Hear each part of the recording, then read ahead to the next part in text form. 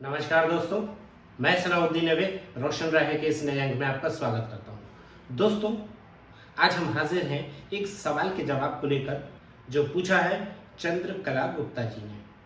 आप लिखती हैं, मेरे बच्चे का हाइट और वेट दोनों ही कम है। हाइट 88 सेंटीमीटर, वेट 11.55 किलोग्राम है। एज 4 ईयर है। हमें क्या करना चाहिए? अपनी एज के बच्चों से पीछे है। दोस्तों, चंद्रकला जी के सवाल का जवाब देने से पहले अगर आपने अभी तक हमारा चैनल सब्सक्राइब नहीं किया है तो कृपया सब्सक्राइब करें, लाइक करें, शेयर करें ताकि हम हर उस फैमिली तक पहुंच सकें जिसको हमारी ज़रूरत हो सकती है। दोस्तों, इस सवाल में दो हिस्से हैं। पहला हिस्सा है हाइट और वेट कम है, दूसरा हिस्सा अपनी उम्र के बच्चों से पीछे है। अब यहाँ पर हम पहले हाइट और वेट की बात करते हैं कि हाइट और वेट कई चीज़ों पर निर्भर करता है, जैसे हमारे जीन्स, माता पिता की हाइट कैसी है, हेल्थ कैसी है, उस पर डिपेंड करेगा कि बच्चे की हाइट और हेल्थ कैसी होगी। यहाँ पर संभावना की बात होती है कि अगर माता पिता की हाइट अच्छी है तो बच्चे की हाइट ज़्यादा होगी, लेकिन अगर माता पिता में से दोनों में से किसी एक की हाइट कम है, सामान्य से कम है, तो बच्चे की हाइट भी सामान्य से कम हो सकती है। तो यहाँ पर ये कोई एक क्राइटेरिया नहीं है कि बच्चे की हाइट इतनी ही होगी या इतनी ही होनी चाहिए, ऐसा नहीं है। बच्चे की हाइट डिपेंड करती है उसके जीन्स पर भी। दूसरा जो महत्वपूर्ण कारण है, महत्वपूर्ण भाग है इसका, बहुत अहम हिस्सा है इस चीज़ का, और वो है खान पान। बच्चे का जन्म से लेकर अभी तक खान पान कैसा है? अगर वो पौष्टिक यानी कि बहुत अच्छा खान पान है तो बहुत उम्मीद है कि उसकी हेल्थ हाइट अच्छी होगी। अगर खान पान अच्छा नहीं है तो कहने की ज़रूरत नहीं है कि हेल्थ हाइट भी कमज़ोर होगी, कम होगी। तीसरी चीज़, कोई और स्वास्थ्य समस्या तो नहीं है।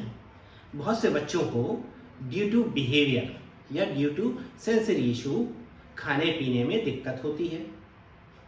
अब जब बच्चा एक ही चीज़ एक ही तरीके से खाएगा तो डेफिनेटली उसे दूसरे सारे पोषण यानी कि ज़रूरी हिस्से जो खाने से मिलने चाहिए वो उसको नहीं मिलेंगे, और जिसका नुकसान, खामियाजा उसको अपनी हेल्थ और हाइट से चुकाना पड़ेगा। वो स्वस्थ नहीं रहेगा, वो हेल्दी नहीं रहेगा। तो यहाँ पर ऐसे बहुत सारी चीज़ें हैं जो बच्चे की हेल्थ और हाइट को अफेक्ट करती हैं, प्रभावित करती हैं। अब मान लीजिए पेरेंट्स की हेल्थ हाइट भी अच्छी है, खाना पीना भी अच्छा है, बढ़िया है, कोई सेंसरी इशू भी नहीं है, उसके बावजूद बच्चे की हेल्थ हाइट कम है, तो हो सकता है कोई मेडिकल रीज़न हो। मेडिकल रीज़न से मतलब कि खाना पचने में दिक्कत है, हाजमा ख़राब है, या कोई और इश्यू है, बार बार दस्त होते हैं, बार बार इन्फेक्शन होता है। तो इस तरह की कोई समस्या है तो हमें पीडियाट्रिशियन यानी बाल्य रोग विशेषज्ञ, बच्चों के डॉक्टर से सलाह लेनी चाहिए, उनसे प्रॉपर ट्रीटमेंट लेना चाहिए। और यहाँ पर ट्रीटमेंट के दो हिस्से होते हैं, एक पहले और दूसरा बाद में। यानी कि हमें उन चीज़ों को भी ध्यान में रखना चाहिए जिसकी वजह से बीमारी होती है। अगर हम उस चीज़ को रोक देंगे, उससे बचेंगे, तो बीमारी नहीं होगी, बीमारी नहीं होगी तो दवाइयों की ज़रूरत नहीं पड़ेगी। तो यहाँ पे दोनों हिस्सों पे बराबर ध्यान देना चाहिए, जो कि जनरली बाल्य रोग विशेषज्ञ आपको बताते हैं, बच्चों के डॉक्टर आपको बताते हैं कि क्या और कैसे रहना है, क्या और कैसे खाना है, और क्या नहीं करना है और क्या करना है। अगर ये सारी चीज़ें पॉजिटिव होंगी, सही होंगी, तो उम्मीद है बच्चे की हेल्थ हाइट सही होगी। अब यहाँ पर बहुत सारे फैक्टर हैं, आपके बच्चे में कौन सा फैक्टर है ये हम नहीं कह सकते हैं क्योंकि हमारे पास इंफॉर्मेशन नहीं है। तो बेहतर होगा आप किसी बाल्य रोग विशेषज्ञ, पीडियाट्रिशियन, बच्चों के डॉक्टर से संपर्क करें और डिटेल्ड हिस्ट्री दें उन्हें, और फिर ढूंढें कि वजह क्या है। अब चलते हैं दूसरे भाग की तरफ कि वो दूसरे बच्चों से भी पीछे है। अब यहाँ पे हम जब ये कह रहे हैं कि हमारा बच्चा 4 साल की उम्र में अपनी उम्र के बच्चों से पीछे है, तो यहाँ पर पीछे है का मतलब हम यहाँ पर 2 चीज़ों से लगा रहे हैं। एक, सारी चीज़ों में पीछे है, यानी हेल्थ, हाइट, है इशू, परफॉर्मेंस, बोलना, समझना, सब में पीछे है। अगर ऐसा है तो बहुत संभावना है कि उसे ग्लोबल डेवलपमेंटल डिले यानी इंटेलेक्चुअल डिसेबिलिटी भी हो सकती है। और अगर ऐसा है तो आपने हमारा पिछला एपिसोड देखा होगा जिसमें हमने 10 लक्षण बताए थे बौद्धिक दिव्यांगता के। अगर ऐसा है तो आपको प्रॉपर इंटरवेंशन प्लान करना चाहिए। प्रॉपर इंटरवेंशन से मतलब यहाँ पे मेडिकल इंटरवेंशन भी होगा, साइकोलॉजिकल इंटरवेंशन भी होगा, और बाकी जो भी बच्चे की ज़रूरत है वो सारे इंटरवेंशन होलिस्टिक अप्रोच में आपको लेने होंगे।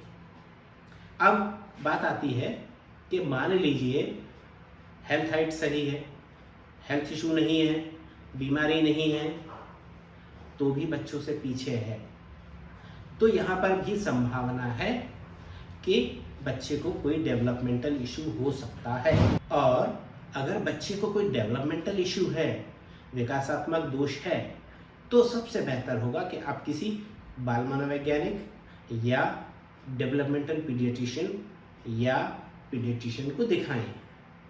नज़दीकी जिला विकलांग पुनर्वास केंद्र, medical college, child development cell, जहाँ पर भी ये सुविधाएं हों वहाँ पर बच्चे का असेसमेंट करवाएं, पता करें कि ऐसा क्यों है, और जब पता चल जाए तो उसको समझें, उसके हिसाब से इंटरवेंशन प्लान करें, और फिर आप डेवलपमेंट को वॉच करें, उस पर फोकस रखें, और उसके लिए जो भी ज़रूरी थेरेपीज़ हैं होलिस्टिक वे में उन्हें प्लान करें, उस पर इम्प्लीमेंट करें और उस पर चलते रहें। दोस्तों, यहाँ पर हम लोग बहुत लाइटली यानी कि बहुत हल्के उससे देखते हैं कि अच्छा छोटा सा इशू है, लेकिन वो छोटा सा इशू, वो छोटी सी चिंगारी कब बच्चे के जीवन को बर्बाद कर देती है, कब बच्चे की ज़िंदगी को ख़राब कर देती है, कब फैमिली को डिस्ट्रॉय कर देती है, पता नहीं चलता। इसलिए लापरवाही किसी भी उम्र में नहीं होनी चाहिए। उम्मीद है अगर आप ऐसी गलती कर रहे हैं तो ना करें, सही वक्त पर सही स्टेप लें, चेक करवाने में, फॉलो अप करने में कोई बुराई नहीं है। जो समस्या कल होनी है वो आज हमको पता लग जाएगी, और आज हम उसकी रोकथाम के उपाय कर सकते हैं, उसके रोकने की कोशिश कर सकते हैं। और अगर हम ऐसा कर लेते हैं तो हमारा कल अच्छा बीतेगा, सुखद बीतेगा, खुशियों भरा बीतेगा और सही बीतेगा। बच्चे का डेवलपमेंट प्रॉपर होगा और वो अपने भविष्य के लिए, अपने फ्यूचर के लिए तैयार हो पाएगा, वो अपने कल के लिए तैयार हो पाएगा, जो कि हमारा भी कल है। दोस्तों, उम्मीद है इससे आपको मदद मिलेगी।